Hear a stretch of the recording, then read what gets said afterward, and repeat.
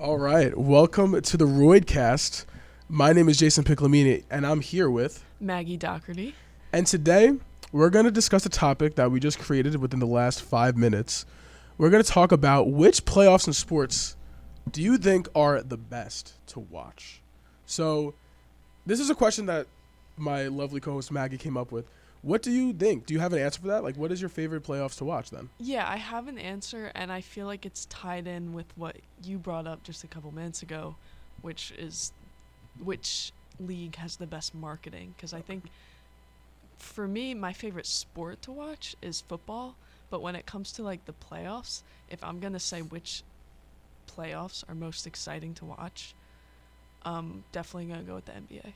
Really? Yeah. I didn't expect that. So I think the NBA has the best marketing. And you said that's tied in. I think that the NBA playoffs always make you want to watch, which is so interesting because even, what was it? Was it 2 years ago? It was the year before last year when the Bucks won it. It's a Milwaukee team versus a Phoenix team. But people were very invested by it. They just have great marketing because you care about the players in the playoffs. So, yeah, no, that's a good take. I mean, so where do you rank the NFL then if that's your favorite sport for playoffs? I'd say NFL just because it's the only sport of the big four that you're not having, like, series. I'd say it's second. Yeah. Just because each game is such high stakes. I agree. I feel like last year people said, or at least I was talking about it now with my roommates, and they said that the playoffs last year were, like, bad. I thought they were great. I thought the playoffs, what I remember last year, the playoffs last year were really fun to watch.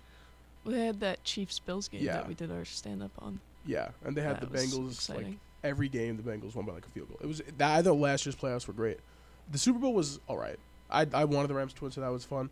But, yeah, I mean, the NFL is so fun to watch in the playoffs only because I think, I mean, like you said with the whole series, there's only one series. I'm, like, destroying this microphone.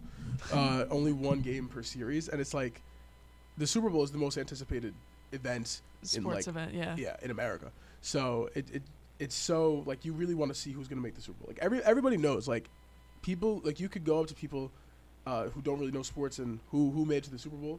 You might be able to get some an answers, answer like out of actual them. Yeah. good answers.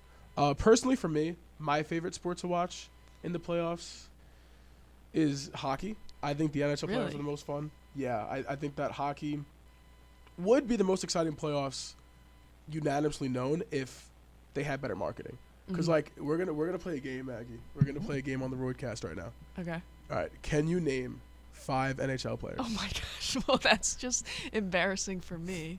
Well, can you? Can you name 3? Current? Okay. Sidney Crosby still plays. Yeah, he does. Yeah. Claude Giroux still plays. Okay, Philly guy. See, I'm just gonna name older people. Okay. And Wayne Simmons. I don't even know if Wayne Simmons still. He might. He's- He might still play. He's not on your Flyers anymore. No, I know. so- Neither is Giroux, right? Giroux? No, I think he's on Is he? Arizona. Yeah. So okay. So is that it? Can you name 2 more? Maybe. I said 5 originally. This is embarrassing. I'm just curious because so can you name I'm 3? not a huge hockey fan to begin with. Well, there you go. So can you name 3 NBA players, 3 NFL players? Yeah. Of course you can. Yeah, you Yeah. can name a bunch. So Well, that's the thing about the NBA specifically is such a character-driven league. I agree.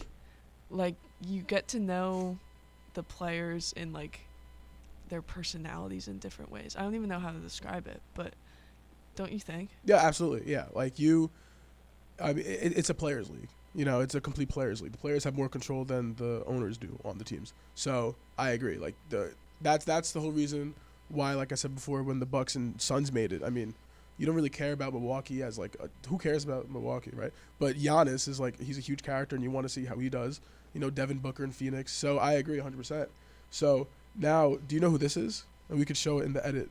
This is the guy on the cover of NHL 23. It might say his name. I hope it doesn't. It doesn't. No, I don't know who that is. So that's the thing. Like, you know, like they don't. No one knows Who who is the it? cover. It's Trevor Zegras. He's on the Ducks. He's like he's a up and coming star. He's really exciting to watch. And last year's playoffs, I think it was one of the. I don't know if it was the first time, but do you know Connor McDavid? Like, the name sounds vaguely familiar, but Yeah. So I that's wouldn't why- be able to point him out in the lineup. that's why it's so crazy because Connor McDavid is the greatest hockey player we've seen since Wayne Gretzky. This is like, yeah, he's averaging, I think, I looked it up last night too, just because me and my friend were talking about it. And in terms of points per game, I think throughout career, minimum like 500 points. Wayne Gretzky's first. He's averaged the most points in his career per game, and currently Connor McDavid is fourth. So like he's insane. Like he's a ridiculous hockey player. He's also on the Oilers, like Gretzky was. So he's like reaching like next Gretzky levels, and no one really knows who he is because he's a hockey player. And it's the same with baseball too. Like Shohei Ohtani should be commonly known as like he's the best athlete I think in all of sports, but no one really pays much attention because it's baseball, and they do a horrible job with marketing. So yeah, I think that the marketing definitely ties into how invested people are in the playoffs. Like, have you watched the NHL playoffs ever? When the Flyers were like back in like 2010, whenever it was that they were playing the Blackhawks, in like wow, that was a while ago. Yeah. That was a really long time ago. Well, that's when I was also like much more into sports in general, but I was very invested then.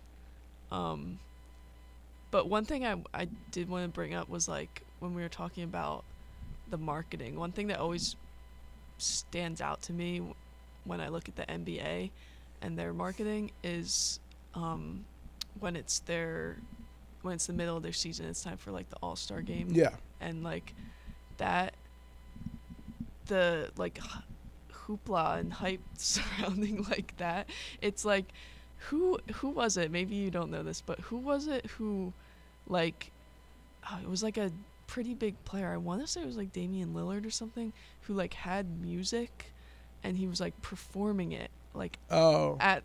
I could see that. He makes music, so it could be Damian Lillard. Yeah. He was like performing it at like one of the events. Really? I did not know that. I'm pretty sure. So it just like I can't imagine like other leagues doing something. Oh like yeah, that. absolutely not. Yeah. So I do agree with that. I mean, it's the NBA, like you said, is such a character-driven league where it's like you are invested more in the players and the teams. Like there are so many guys that I know that are LeBron fans, so they'll be like a Lakers fan, or when he was with the Heat, they were a Heat fan or a Cavs fan. Mm-hmm. So it's just the sport is just so popular based on marketing that it makes in turn you just pay way more attention to it. It's one thing I would say personally, because I was also talking about this with my roommate.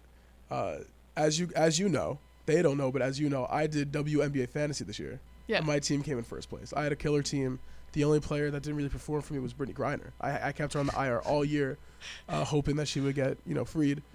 Free Brittany. Yeah, free Brittany. I think maybe next year I'll probably draft her again in hopes that she gets freed, and I'll do it again for the next 9 years until she's out. So, but Brittany Griner holding us back. It's okay though because I still won, and I would be watching the games with my friends, and we would be watching them on Facebook Live. And I bring this up because I feel like the WNBA underratedly did such a good job with marketing last year. It was actually crazy. Really? They did a very good job. I think people were a little more invested because they had more deals. They got on ESPN more.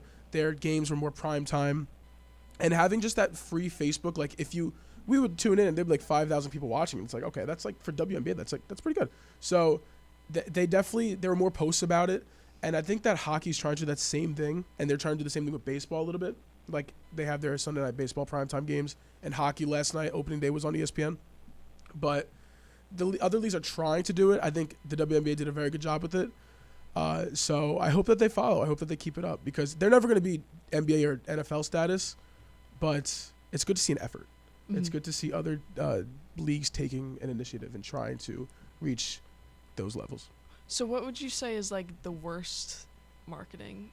What league has the worst marketing, and like what should be done to improve that? Yeah, I'm gonna say NHL. I think it's worse than the WNBA. Honestly, I feel like you can name more WNBA players than you can name NHL players. All right, here we go. Well, I was gonna say Brittany Griner. I know. Yeah, there you go. Elena Delle Donne. Yeah, okay, that's two.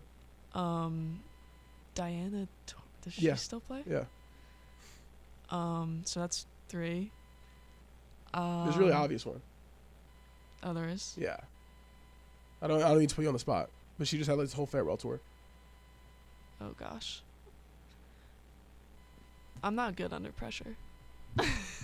You can think about this. Seattle. She played for Seattle. Which team is Seattle? Oh, I think the Seattle Storm, maybe. I don't know. Oh, okay. Yeah.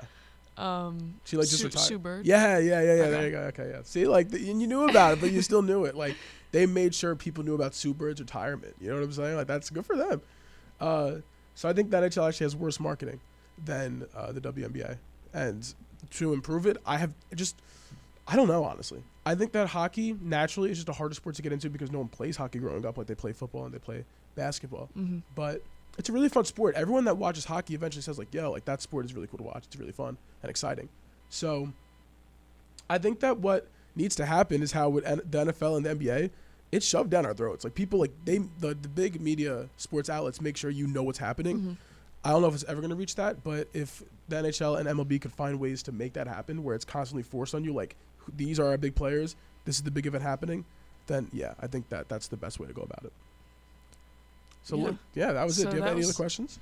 No, I think that was it. I think that was all we had for the Roydcast today. Yeah, so far today. I mean, yeah, I think that this was a successful voice. Thanks for tuning in, everyone.